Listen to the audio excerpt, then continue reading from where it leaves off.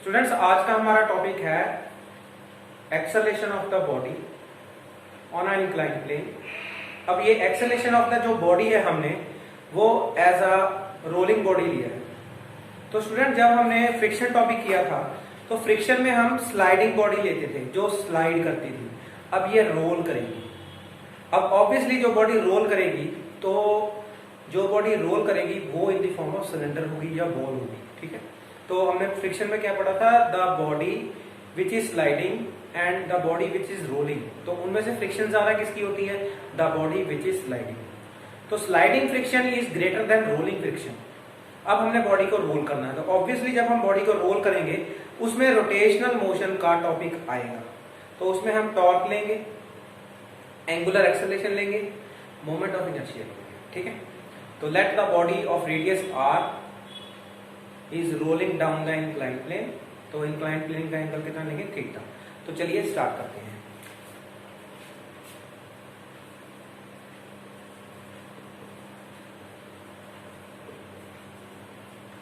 तो स्टूडेंट, सबसे पहले मैं डायग्राम बनाऊंगा।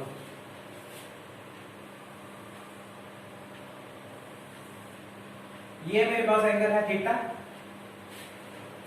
ठीक है, तो ये मेरे पास एक बॉडी है यहां पे जिसका रेडियस क्या है? आर। तो ये इस साइड रोल करेगी और इसकी एक्सेलरेशन क्या होगी? अल्फा। ठीक है, तो ये अगर इंक्लाइंड प्लेन है तो इस सरफेस का जो हमारे पास रिएक्शन होगा वो आर होगा, इसका वेट जो होगा वो इस साइड होगा, W is equal to mg। तो ये एंगल हमारे पास कितना आ गया? थीटा।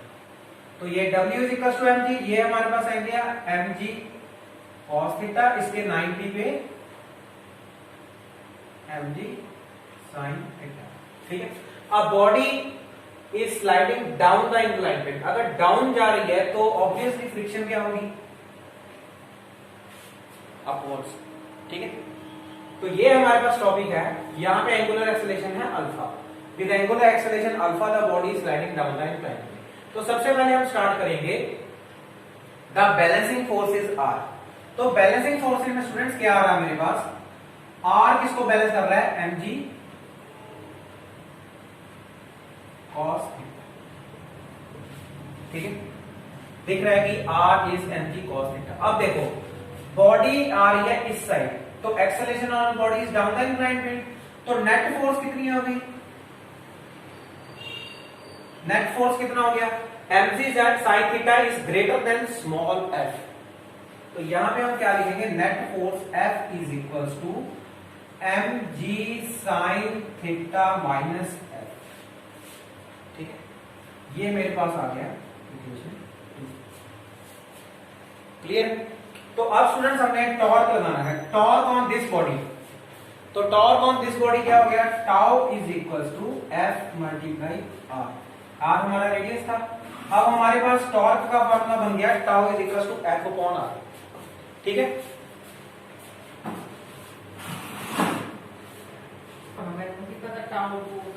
तो स्टूडेंट्स नेक्स्ट मेरे पास आता है tau is also equal to I into alpha. तो ये टाउ दोनों एक साइड हो गया, तो ये कितना आ गया? F into R is equal to I alpha. तो यहां से हम F निकाल लेंगे। तो ये जो हमारे पास F है, ये F is equal to I alpha by R।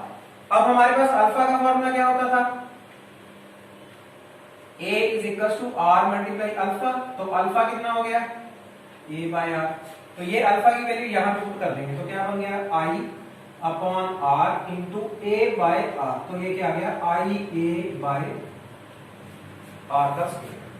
तो स्टूडेंट, ये जो हमारे पास F है ये फोर्स ऑफ फ्रिक्शन है, ये F। तो इसको मैं क्या लिख दूंगा? अब इसकी वैल्यू मैं यहां पे पुट कर दूंगा, तो क्या बन जाएगा? लेफ्ट हैंड साइड क्या लिख लेंगे हम? M A is equal to mg sin theta minus I upon A by R का स्क्वायर। ठीक है, तो ये मेरे पास I M A, ये माइनस का इस साइड आगे प्लस हो गया,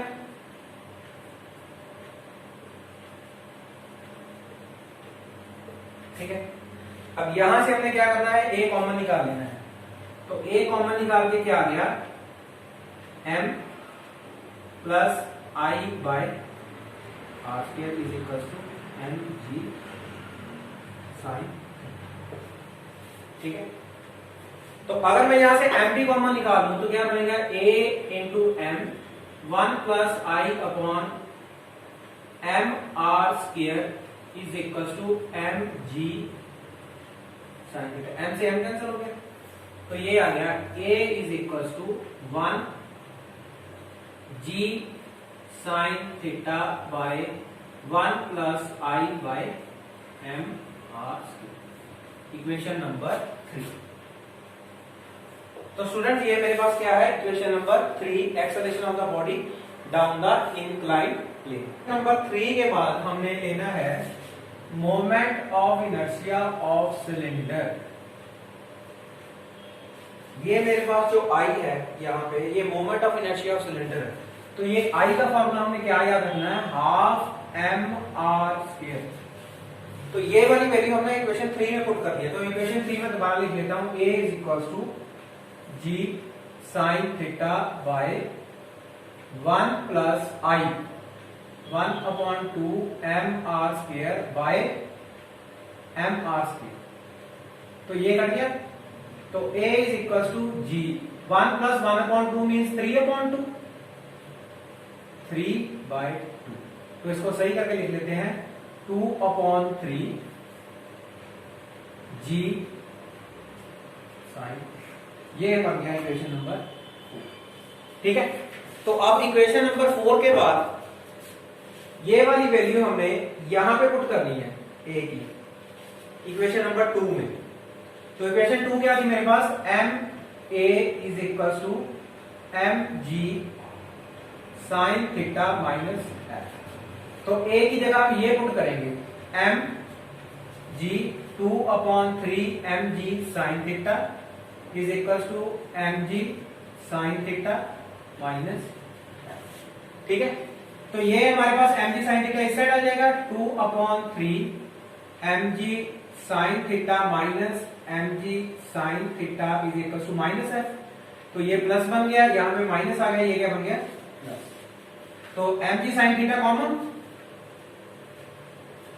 ये बन गया 1 minus 2 by 3 is equal to small F.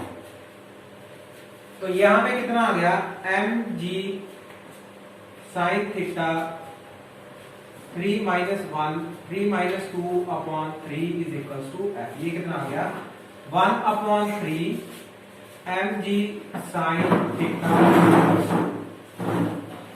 Equation number 5।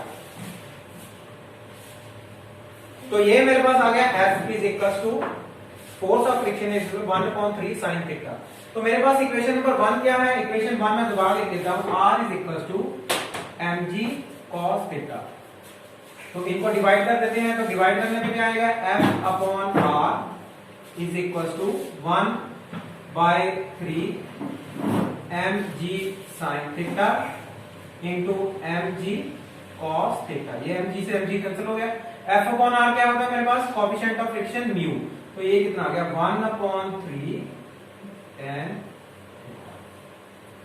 Equation number 7। तो हमने क्या किया है कि हमने जब बॉडी को रोल किया according to angular acceleration alpha, तो हमारे पास म्यू ये आ गया, equation number 7। Acceleration of the body, friction की वैल्यू ये आ रही है हमारे पास, और एक्सेलरेशन ऑफ द बॉडी ये आ रही है, ठीक है। तो मेरे पास ये वाला टॉपिक कंप्लीट हो गया है, ठीक है। आपने इसको फेयर कॉपी में उतार लेना है और रिवाइज कर लेना है, ठीक है। और मेरे चैनल को सब्सक्राइब करो and thanks for watching, bye.